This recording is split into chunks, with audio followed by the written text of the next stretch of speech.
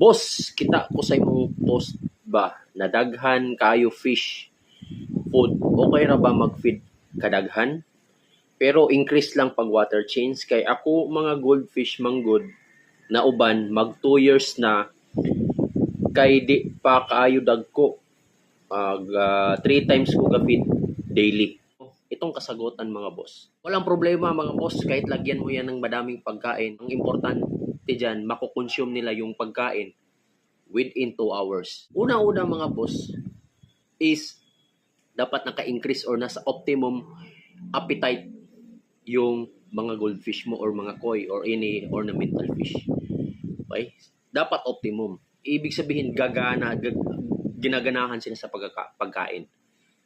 Pangalawa, optimum water quality. Maganda yung tubig.